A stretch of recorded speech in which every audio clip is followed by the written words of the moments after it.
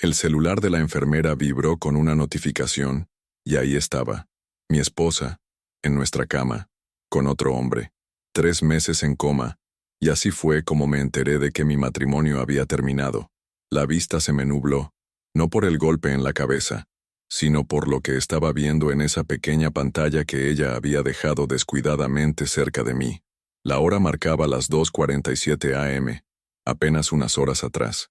En nuestra recámara principal, donde concebimos a nuestros hijos, donde me cuidó cuando tuve neumonía, donde susurramos promesas que al parecer nunca significaron nada, estaba enredada con un hombre que parecía lo bastante joven para ser su entrenador personal. Porque lo era. El monitor cardíaco a mi lado se disparó. Forcé la respiración, con los dedos temblando mientras revisaba sus historias de Instagram. Ahí estaba otra vez, preparando batidos de proteína en mi cocina, usando la vajilla que pertenecía a mi abuela, levantando pesas en mi gimnasio de casa, jugando con mi perro en el jardín trasero, viviendo mi vida mientras yo luchaba por la mía. «Señor Ramírez», despertó. La enfermera entró corriendo, el rostro sonrojado mientras me arrebataba el celular, pero ya había visto suficiente. 15 años de matrimonio, 2 hijos en la universidad y una vida compartida que creía firme, y todo eso valía menos para ella que su nuevo juguete. Los recuerdos del accidente regresaron en fragmentos. Un tráiler pasándose el alto, el sonido del metal aplastado, el sabor a sangre y al polvo de la bolsa de aire. Volvía temprano de un viaje de trabajo para sorprender a Laura por nuestro aniversario. Ahora la ironía era clara. Casi muero tratando de regresar a casa con una mujer que no pudo esperar para reemplazarme. ¿Cuánto tiempo? Mi voz salió ronca, la garganta irritada por el respirador. «Señor, ha estado en coma inducido por 3 meses. Es un milagro que...» «No», la interrumpí mirando fijamente por la ventana. «¿Cuánto tiempo lleva él viviendo en mi casa?» Su silencio lo dijo todo. Seguramente había visto las mismas historias. Quizás seguía a Laura y sus exhibiciones públicas de su nueva vida. La enfermera se ocupó de revisar mis signos, evitando mirarme. Afuera, octubre se había transformado en enero mientras yo estaba suspendido entre la vida y la muerte. Cambiaron las estaciones. Y mi esposa también. «Necesito hacer una llamada», dije, aunque cada palabra me rasgara la garganta. «Señor Ramírez, debería descansar. Los doctores querrán...» «Por favor». La miré de verdad por primera vez. Era joven, quizá de unos 20 y tantos, con un uniforme lleno de pequeños corazones. Su gafete decía, «Jennifer, enfermera». Tenía unos ojos bondadosos, de los que han visto demasiado dolor en la terapia intensiva. «Solo una llamada». Dudó, pero luego sacó un teléfono antiguo del cajón junto a la cama. Me temblaban las manos al marcar ese número que conocía de memoria. Ya no era el de Laura, sino el de mi abogado. Marcos contestó al segundo timbrazo. «Ramírez, Dios mío, supe del accidente. Estás... Marcos, necesito que revises algo por mí». Cada palabra era calculada, controlada. El viejo yo habría arrancado el suero y salido corriendo a casa. Pero 3 meses en la oscuridad me enseñaron paciencia. ¿El sistema de seguridad de la casa sigue activo? Una pausa. Debe estarlo. Contrataste el plan premium de almacenamiento en la nube, ¿cierto? Guarda todo por 6 meses. Bien. Necesito que lo revises. Sin hacer ruido. Ramírez, ¿qué está pasando? Cerré los ojos, viendo otra vez la historia de Laura en Instagram. Su mano izquierda en el pecho de él. Mi anillo de bodas ausente. Creo que mi esposa está convencida de que no voy a despertar. Necesito saber qué ha hecho mientras no he estado. La morfina no podía adormecer ese tipo de dolor. Pero mientras yacía ahí, algo frío y calculador empezó a surgir bajo la herida. Yo había construido mi empresa de construcción desde cero, superado una infancia de carencias, y luchado hasta llegar al éxito. Sobreviví a un accidente que debió matarme. Sobreviviría a esto también. Pero Laura y su novio, ellos no tenían idea de lo que se avecinaba. «Marcos», mi voz sonó más fuerte. «¿Qué tan rápido puedes llegar?» Y trae una tablet. Quiero verlo todo. Por la ventana del hospital, el amanecer empezaba sobre la Ciudad de México. En algún lugar de la ciudad, en la casa que levanté con mis propias manos, mi esposa seguramente estaba despertando junto a otro hombre, que disfruten su café en mi cocina, su rutina de ejercicios en mi gimnasio, su vida robada en mi hogar, Les quedaban 48 horas, solo que aún no lo sabían. Marcos llegó en menos de una hora, el traje arrugado, manchas de café en la corbata. Fue mi abogado por 20 años, pero nunca lo vi tan nervioso. Dios, Ramírez, te ves fatal. Me siento peor. Me esforcé por incorporarme, sintiendo una descarga en las costillas. Enséñame. Él dudó, abrazando la tablet como si fuera un escudo. Tal vez deberíamos esperar a que estés más fuerte. Enséñame. El primer video era del día después del accidente. Laura, todavía con el vestido negro que llevó al hospital, guiaba a Javier, así se llamaba, su entrenador de 26 años, por la puerta principal, el rímel corrido, actuando de viuda desconsolada, pero ya con la mano en el bíceps de él. ¿La línea de tiempo? Pregunté, tratando de sonar objetivo. Para la segunda semana ya vivía ahí. Al principio, solo la ayudaba a sobrellevarlo. Marcos revisaba los videos como quien ya había visto traiciones antes. Para la tercera semana, él ya tenía su consola de videojuegos en tu oficina. Para la cuarta, su moto estaba en el garaje. Vi mi vida desmoronarse pieza por pieza. El reloj antiguo de mi padre, vendido.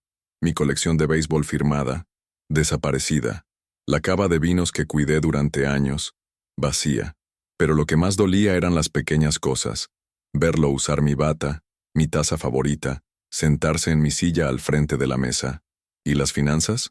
Marcos mostró los estados de cuenta. Ha estado vaciando las cuentas conjuntas.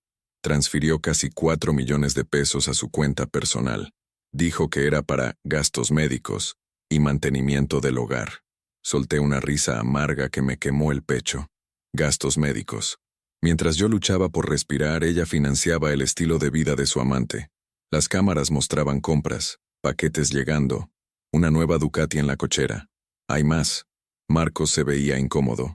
El almacenamiento en la nube grabó audio. Ha hecho llamadas con un abogado de divorcio, hablando de tu pronóstico. El monitor sonó más rápido. Una enfermera se asomó, preocupada, pero la ahuyenté. Necesitaba escuchar esto. Le dijo que estabas en estado vegetativo, que era cuestión de tiempo para... Dejó la frase en el aire. ¿Desconectarme? Completé. ¿Cuándo fue la última llamada? Ayer, justo antes de que subiera esa historia de Instagram sobre nuevos comienzos y volver a amar. Apreté las sábanas.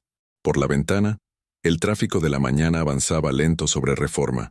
Gente viviendo vidas normales, sin saber que a unas cuadras, un hombre veía cómo se incendiaba su mundo desde una app de seguridad. ¿Puedes guardar todo? Cada video, cada transacción, cada llamada. Ya está hecho. Respaldado en 3 servidores distintos, dijo Marcos dejando la tablet sobre la mesa y acercándose. Ramírez, sé que estás herido, pero hay que ser inteligentes. Las leyes de divorcio en México. La casa está solo a mi nombre. Lo interrumpí. Es un bien adquirido antes del matrimonio. Nunca la incluí en la escritura. Alzó las cejas. ¿Seguro? Revisa los papeles. Estoy seguro. Me llamaron paranoico por mantener esa separación. Mi primer matrimonio me enseñó a ser precavido. Ahora, esa paranoia me iba a salvar.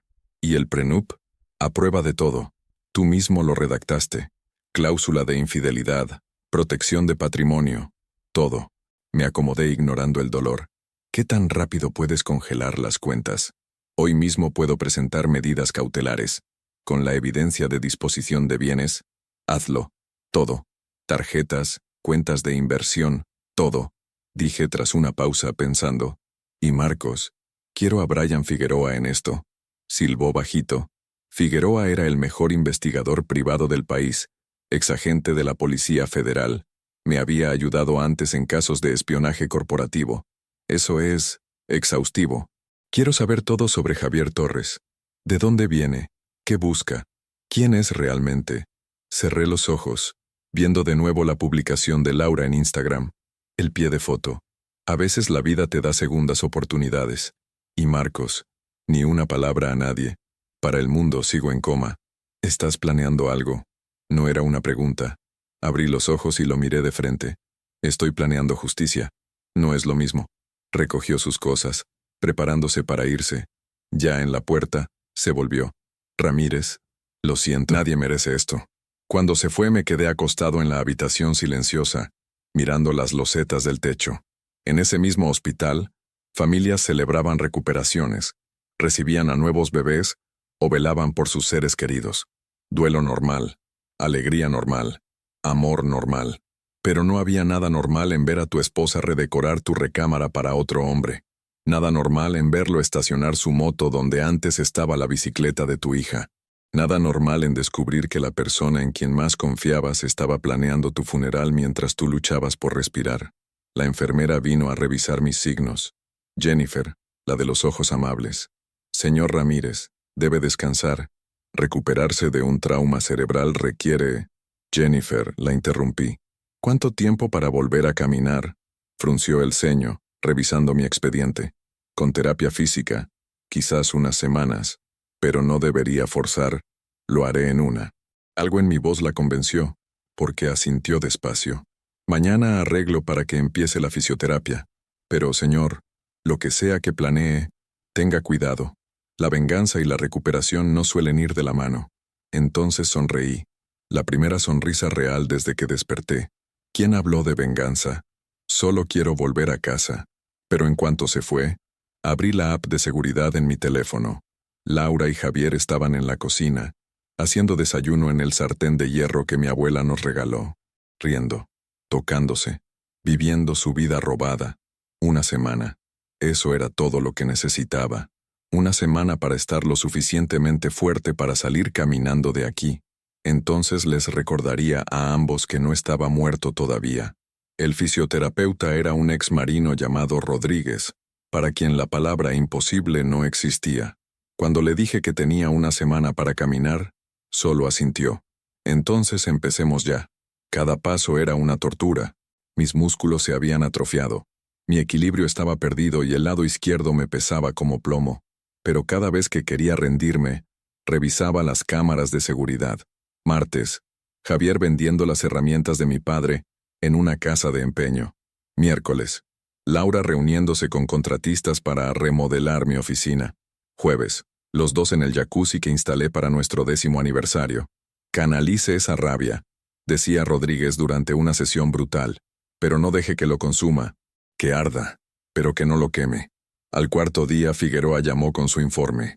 Yo estaba entre sesiones, empapado en sudor bajo la bata del hospital, cuando Marcos lo puso en altavoz. Javier Torres no es su verdadero nombre, empezó Figueroa. Es Jacobo Torres Medina. Tiene 3 arrestos por fraude, 2 órdenes de restricción de exparejas. Se especializa en buscar mujeres casadas y adineradas en gimnasios. Se hace pasar por entrenador y se muda en cuanto tiene oportunidad. Me aferré a las barras paralelas, los nudillos blancos. ¿Cuántas víctimas? 4 confirmadas en los últimos 5 años. El mismo patrón. El esposo enferma o viaja. Él llega como salvador. Las deja en la ruina y desaparece cuando se complica. ¿Y Laura sabía esto? Silencio. No hay pruebas de que conociera su historial. Pero, Ramírez, la voz de Figueroa se tornó seria. Ella aumentó tu seguro de vida hace 2 meses. A 5 millones de pesos. Todo giró. No por mis heridas. Rodríguez me sostuvo del brazo para estabilizarme. Para eso necesita mi firma, dije. La tenía. Digitalmente. Usó tu cuenta de firma electrónica mientras estabas sedado. Dijo que era para trámites de testamento.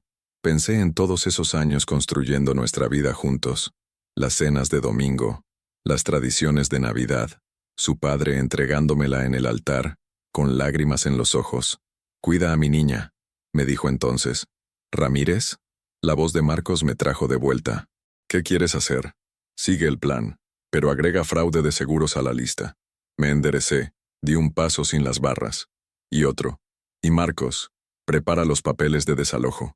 Quiero que los entreguen en cuanto llegue a casa. Esa noche, no pude dormir. No era el dolor, ya me había acostumbrado, sino los recuerdos. Laura enseñando a nuestra hija a andar en bici. Laura quedándose despierta cuando nuestro hijo tuvo neumonía. Laura en nuestro matrimonio, radiante de blanco, prometiendo amor en la salud y en la enfermedad. Abrí una vez más la app de seguridad. La cámara de la recámara principal los mostraba durmiendo en mi cama, su cabeza sobre el pecho de él, donde antes estaba la mía. Pero algo llamó mi atención. La caja fuerte estaba abierta, la que estaba detrás de la reproducción de Monet en el closet. la que solo Laura y yo conocíamos. Me temblaban las manos al acercar la imagen. Vacía. Todo. El efectivo de emergencia, los bonos al portador, las joyas de mi madre que guardaba para nuestra hija. Desaparecido. Jennifer me encontró a las 3 de la mañana, haciendo ejercicios de pierna en la cama. ¿No puede dormir? Me tomó los signos vitales con eficiencia de costumbre. ¿Sabía usted, dije mirando el techo, que una persona promedio camina 5 kilómetros diarios? Esos son 1,825 kilómetros al año. En 15 años de matrimonio, son 27,375 kilómetros. ¿Podrías caminar de aquí a Buenos Aires y de regreso? Se sentó al borde de la cama, olvidando el protocolo. Son muchos pasos juntos. Sí, la miré. Hace pensar en cuándo empezaron a caminar en diferentes direcciones. Señor Ramírez, dudó.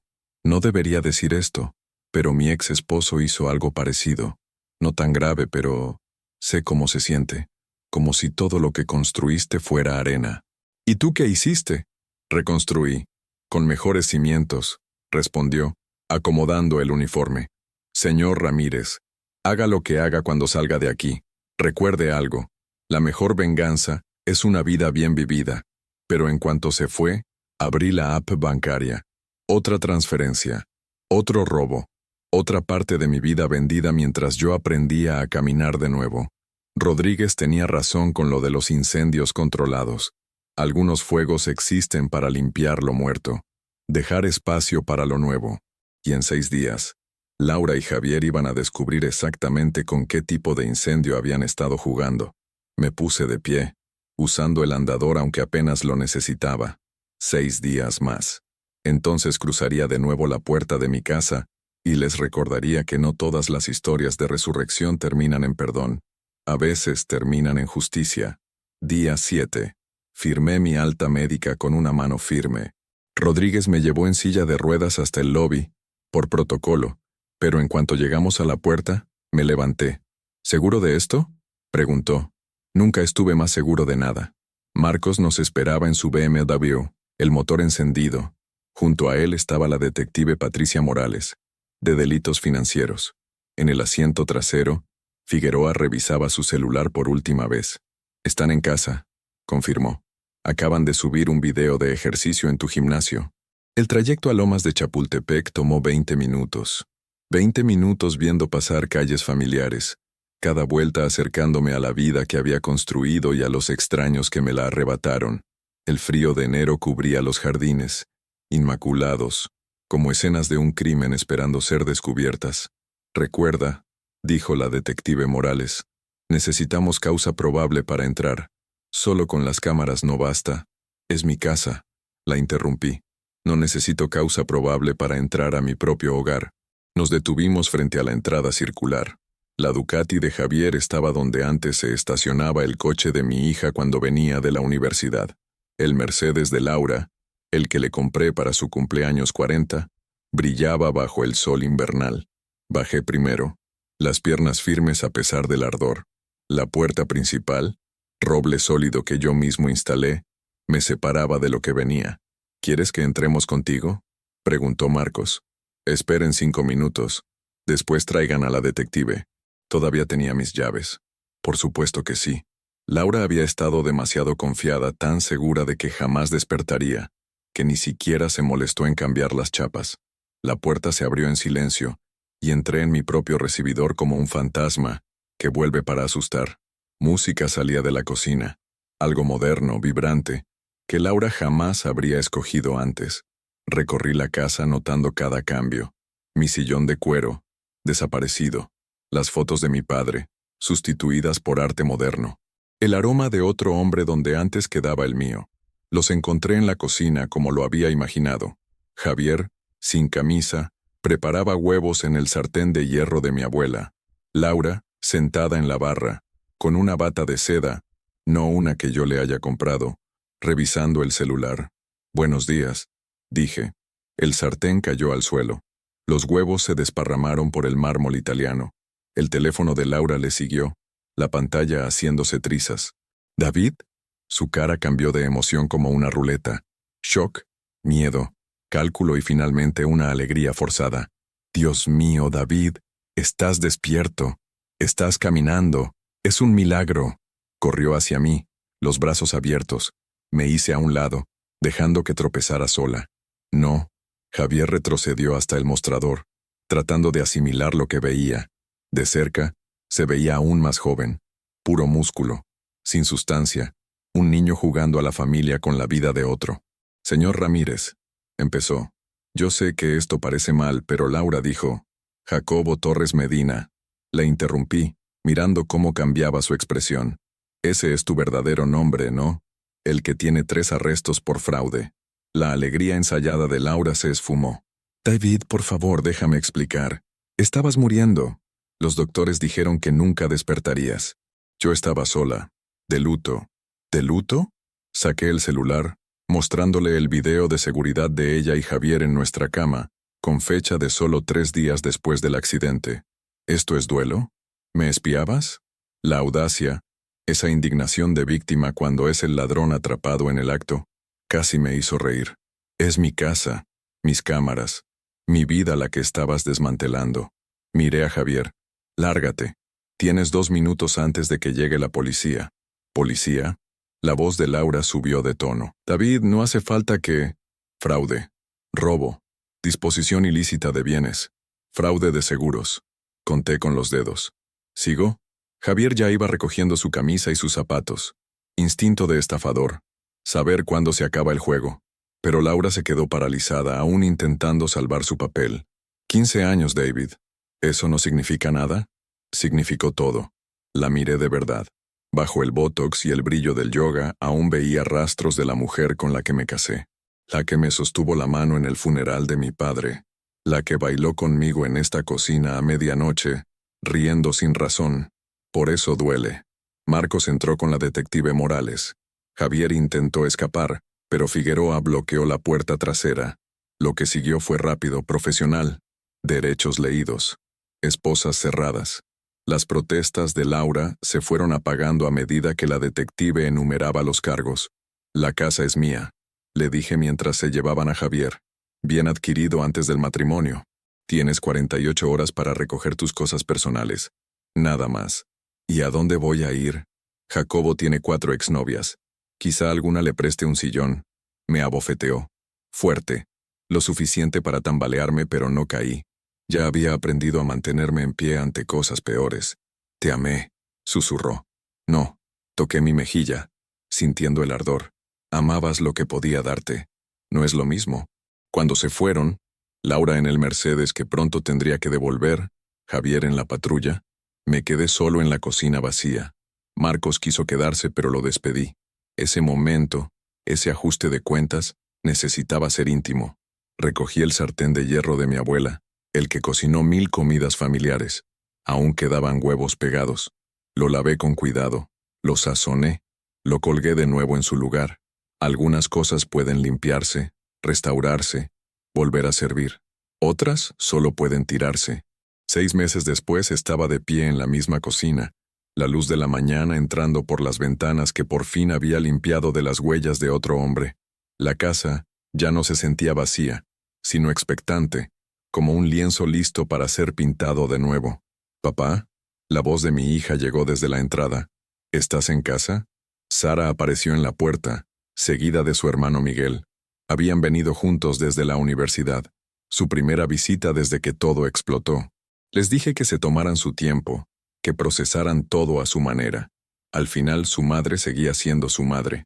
«El café está recién hecho», dije, sirviendo 3 tazas en tazas nuevas. Las anteriores tenían demasiados recuerdos. Nos sentamos en la barra del desayuno, el mismo lugar donde Laura se había sentado aquella última mañana, pero ahora el ambiente era diferente, un ambiente honesto. «Vimos las noticias», dijo Miguel en voz baja, «sobre la sentencia. Javier recibió 18 meses por fraude. Laura, libertad condicional y restitución. El juez fue indulgente, considerando que era su primer delito. Yo no asistí al juicio. Marcos se encargó de todo mientras yo me dedicaba a reconstruir. Primero mi cuerpo, luego mi vida. ¿Y ustedes cómo se sienten con todo esto?», les pregunté. Sara revolvió el café, pensativa. Tenía los ojos de su madre, pero mi manera pragmática de ver el mundo. Ella tomó sus decisiones. Tú tomaste las tuyas. Nosotros solo agradecemos que sigas con vida. La casa se ve bien, añadió Miguel mirando a su alrededor. Diferente, pero bien. Había cambiado todo. Muebles nuevos, pintura nueva, recuerdos nuevos cubriendo poco a poco los viejos, como cicatrices sobre heridas. El gimnasio ahora era mi oficina. La recámara principal se convirtió en biblioteca. Dormía en la habitación de visitas, donde el sol de la mañana entraba y no resonaba la traición. La voy a vender, les dije. El mercado de primavera estará fuerte. Se miraron intrigados. ¿Y a dónde vas a ir?, preguntó Sara. Aún no sé. Quizá algo más pequeño, más cerca del centro. Sonreí. Al final, uno no necesita 500 metros cuadrados para ser feliz. Mi teléfono vibró. Era un mensaje de Rodríguez, mi fisioterapeuta convertido en amigo. Ahora nos veíamos 2 veces por semana, no para rehabilitación, sino para jugar baloncesto. Mi cuerpo había recuperado fuerzas como si el rencor fuera un suplemento milagroso. Hay otra cosa, dijo Miguel. Mamá se puso en contacto. Quiere vernos. Dice que tiene algo que decir. Sentí el viejo nudo en el pecho, pero pasó rápido. Eso es entre ustedes y ella. La relación que quieran tener con su madre es su decisión. Está viviendo con su hermana en Guadalajara, agregó Sara. Trabaja en un estudio de yoga. Me alegro por ella, y lo decía en serio. El enojo ya cumplió su propósito, pero cargarlo para siempre solo envenena todo lo bueno. Todos merecen una oportunidad para empezar de nuevo. Más tarde, cuando se fueron a almorzar con sus amigos, caminé por la casa una última vez. En el closet donde estuvo la caja fuerte, colgué una foto, no de Laura y yo, sino de mis padres en su 50º aniversario. Ellos soportaron tormentas peores, y aún así, encontraron calma. Sonó el timbre. Jennifer estaba en la puerta, vestida de civil y con un refractario en las manos. Pensé que ya estarías harto de comida para llevar, dijo, sonrojándose. Esto es raro, ¿no? No debería... ¿Es lasaña?, pregunté, reconociendo el aroma. Receta de mi abuela. Entonces no es raro. Le sonreí y me hice a un lado. Pasa. Comimos en la cocina, la charla fluyendo fácil. Me contó de su guardia, del paciente que finalmente logró caminar después de meses de terapia. Le conté sobre Sara y Miguel, sobre la venta de la casa, sobre aprender a cocinar para uno solo. ¿Sabes qué es lo más extraño?, dije sirviendo vino. Estoy agradecido. ¿Agradecido de qué?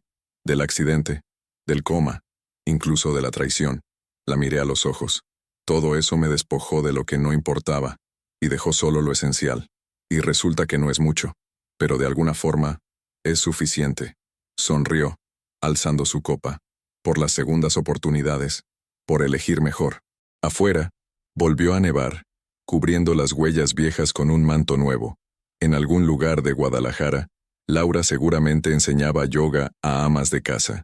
Y en prisión, Javier aprendía que algunos juegos sí tienen consecuencias.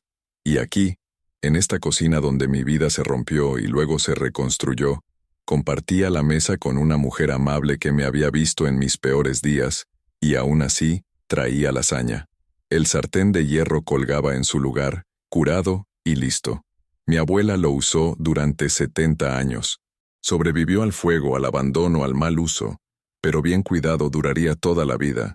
Algunas cosas valen la pena ser salvadas, otras hay que dejarlas ir, y la sabiduría está en saber distinguir la diferencia.